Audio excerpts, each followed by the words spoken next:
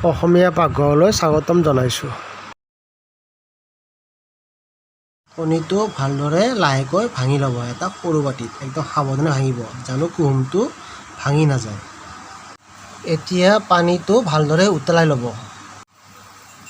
এতিয়া অলপমান গেছৰ স্কিনটো কমাই ল'ব, জাষ্ট অলপমান। এয়া আপোনালোকে চাই থাকিবচোন, মই কণীটো দি আছোঁ এতিয়া।